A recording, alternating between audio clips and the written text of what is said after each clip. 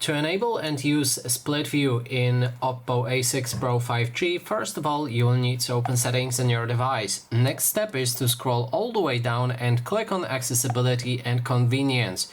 After that, we can find a split view right here. You can enable it, and now to actually use it, we'll need to open one of the apps. For example, it can be settings.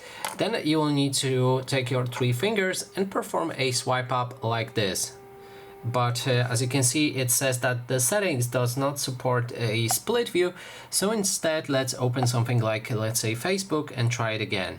So now, as you can see, also the Facebook just opened a split view, and now we can select other app that we want to see below. In this case, let's go for the Chrome. I also need to enter a password, and that way we've just entered a split view. And that is basically everything. Thanks so much for watching, and if you like this video, please consider subscribing.